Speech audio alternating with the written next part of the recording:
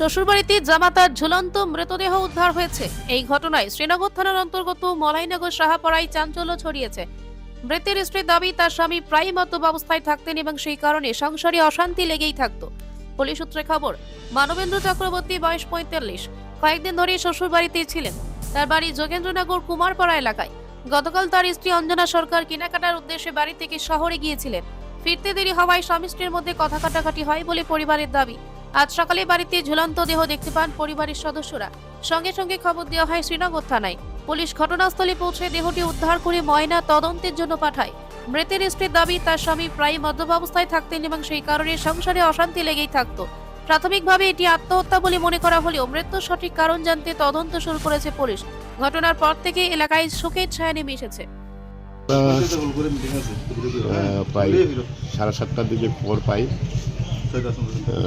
ওই আপনার মলয়নগর সাহাপাড়াতে একজন লোক মানবেন্দ্র চক্রবর্তী, বাবার নাম মানিক চক্রবর্তী, সে নাকি ফাঁসি দিয়ে আত্মহত্যা করে। এই খবর পাওয়ার সাথে সাথে আমরা এখানে এসেছি। আসার পর দেখলাম ঘটনা সত্যি। ওই ভদ্রলোক একটা সাজনা গাছের মধ্যে ফাঁসি দিয়ে আত্মহত্যা করে। ওনার পরিবারের সাথে কথা বলে জানতে পারি উনি সবসময় একটু মদমত্ত অবস্থায় থাকে।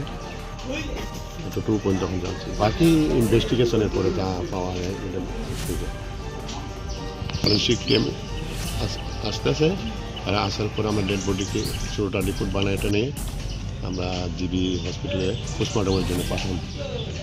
পোস্টমর্টম পাওয়ার পরে যা বাকিটা যা জান হয় সেটাই হবে।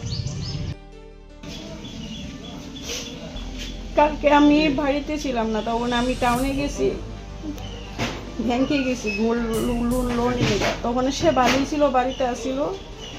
তারপরে এটা আমার প্রায় কয়টা বাজে, 7টা 7:30টার সময় বাড়িতে বেরিয়ে। তখন সে ওভার নেশাহীন হয়ে গেছে। তখন আমার বকাবাদ্য করছে, বুঝলি, ওভার নেশাহীন হয়ে বকাবাদ্য করছে। তারপর আমি আর কিচ্ছু বলছি না, নেশা করেছে কি বকাবাদ্য করছে। এরপরে রাত্রে ভাতটা খাইছে না, না খাই পরে মানে ভালো ছিল, কোনো কথাবার্তা সব ঠিক আছে। এরপরে এই অবস্থা, আমি নিজেও কিছু বলতে না, একটা মহিলা ফুল তুলতে তখন দেখি এই অবস্থা হয়ে গেছে। তুমি আর কারোর সাথে ঝগড়াঝাটি কিছু আছে না? ঝগড়াঝাড়ি করে না, সে প্রত্যেক দিনই নেশা করে। এমনি বাড়ি করে যা সমস্যা এরকম কোনো কিছু না, খাওয়া দাওয়া কোনো কিছু নিয়ে ঝগড়া করে না। এমনি তো কোনো ঝগড়া হয় না, মানে নেশাহীন, প্রচণ্ড নেশা করে। ছেলে মেয়ে আছেন আপনারা? একটা মেয়ে আছে। কত বছর? 5 বছর। ও বাড়িতে আসলো না কালকে?